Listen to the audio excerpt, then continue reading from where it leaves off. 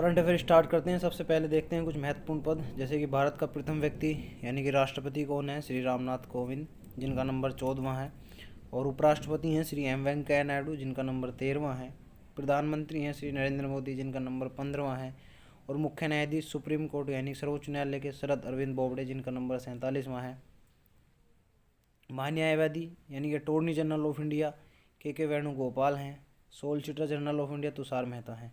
देखिए, ये हो गया एक नॉर्मली सी जो सबको पता है, सबको ये पद पता होते हैं। लेकिन आजकल जो क्वेश्चन आते हैं वो कुछ अलग तरीके से आते हैं, तो हम एक एक पद को संविधान के अकॉर्डिंग एनालाइज करते चलेंगे। संविधान के अकॉर्डिंग इसमें क्या आता है, तो सबसे पहले पहला कौन था, आखिरी कौन है, और संविधान में किस अनुच्छेद के अकॉर्डिंग इनको पद दिया जाता है। तो आइए चलिए संविधान की तरफ चलते हैं।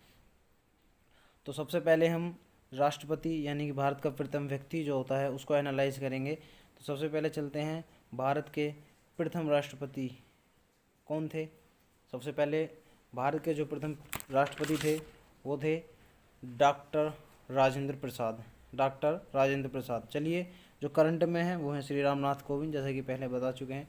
तो आइए अब देखते हैं इसके संविधान के अनुच्छेद क्या कहते हैं। तो अनुच्छेद 52 कहता है कि भारत का एक राष्ट्रपति होगा। अनुच्छेद, संविधान के अनुच्छेद 52 में है, भारत का एक राष्ट्रपति होगा। 53 कहता है कार्यपालिका की शक्ति राष्ट्रपति में निहित होगी। अनुच्छेद 54 कहता है राष्ट्रपति का निर्वाचन। देखिए, राष्ट्रपति का निर्वाचन जो होता है वो होता है अप्रत्यक्ष निर्वाचन से। तो उसमें कौन कौन वोट डाल सकते हैं, सबसे पहले देखते हैं। देखिए, लोकसभा और राज्यसभा, लोकसभा और राज्यसभा के निर्वाचित सदस्य। देखिए, नोट करके है, लोकसभा और राज्यसभा में जो राष्ट्रपति सदस्य मनोनीत करता है वो सदस्य राष्ट्रपति के लिए वोट नहीं डाल सकते हैं। दूसरा है राज्य विधानसभा के निर्वाचित सदस्य। और दिल्ली और पुदुचेरी, देखिए केवल यही दो केंद्र शासित प्रदेश हैं, दिल्ली और पुदुचेरी, इनकी विधानसभाओं के निर्वाचित सदस्य हैं, ये राष्ट्रपति को वोट डालते हैं। केंद्र शासित प्रदेश का याद रखना है, दिल्ली और पुदुचेरी केवल राष्ट्रपति के लिए वोट डालते हैं। एक क्वेश्चन हो गया, कौन से केंद्र शासित प्रदेश के राष्ट्रपति को वोट डाल सकते हैं, तो दिल्ली और पुदुचेरी। देखिए, अनुच्छेद 56 कहता है राष्ट्रपति की पदावधि कितनी होगी, यानी कि 5 वर्ष। कितनी साल की है, 5 वर्ष की। और वो किसी भी समय अपना त्यागपत्र किसको दे सकता है, उपराष्ट्रपति को। और राष्ट्रपति को अगर हमें हटाना हो उसके कार्यकाल से पहले, तो उसके ऊपर महाभियोग की प्रक्रिया के द्वारा राष्ट्रपति को हटाया जा सकता है।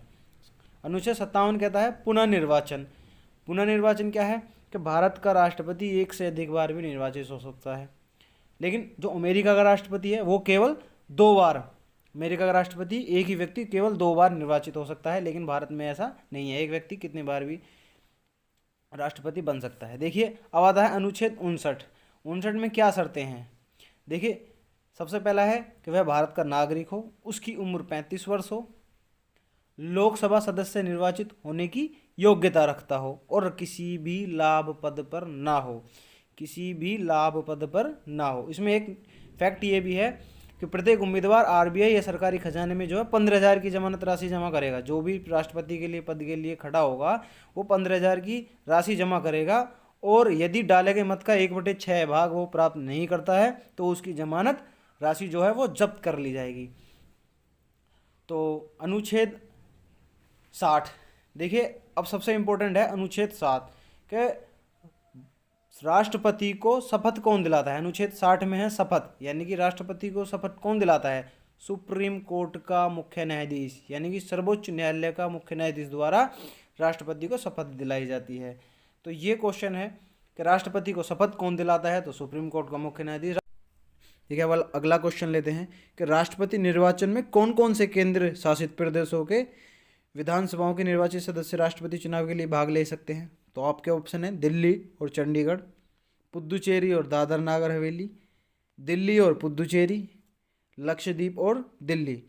तो सही आंसर कमेंट बॉक्स में जरूर दें। अगला क्वेश्चन लेते हैं। देखिए, अगला क्वेश्चन है भारत के राष्ट्रपति को शपथ किसके द्वारा ग्रहण कराई जाती है। तो आपके ऑप्शन है ए प्रधानमंत्री, बी उपराष्ट्रपति, सी महान्यायवादी, डी सुप्रीम कोर्ट के मुख्य न्यायाधीश द्वारा। तो इसका आंसर भी आप कमेंट बॉक्स में ज़रूर दें।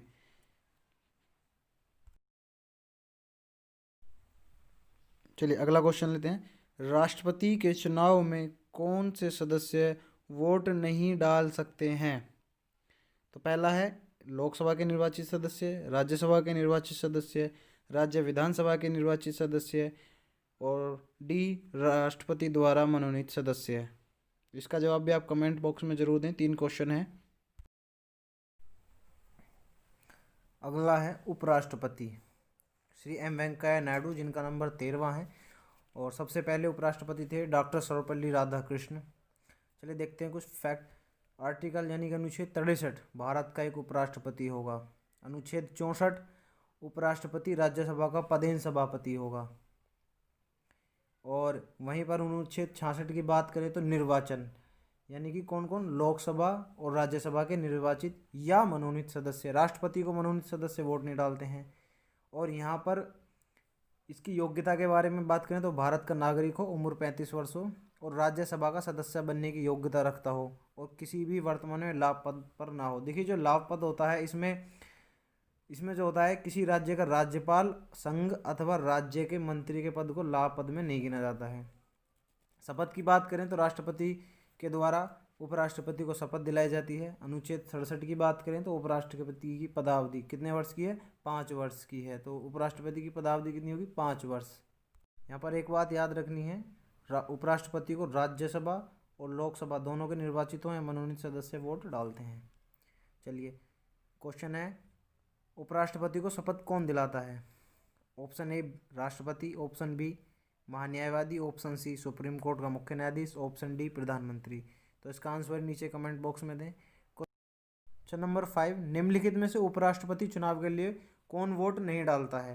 तो आइए देखते हैं। ऑप्शन ए लोकसभा के निर्वाचित सदस्य, बी राज्यसभा के निर्वाचित सदस्य, सी लोकसभा में मनोनीत सदस्य, डी राज्य विधानसभा के सदस्य।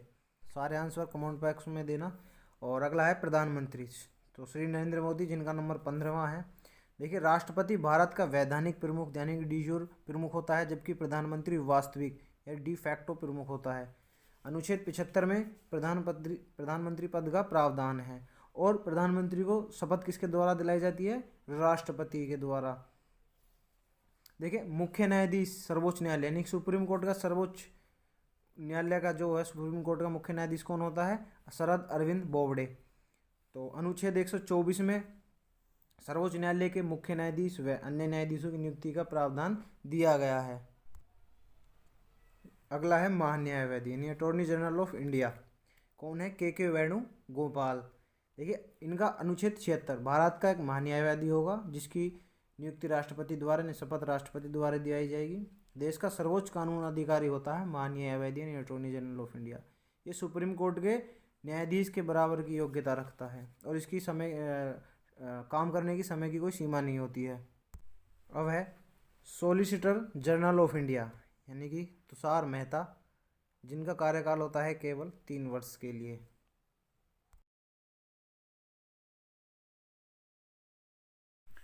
तो ये थे कुछ महत्वपूर्ण पद करंट अफेयर से जुड़े हुए।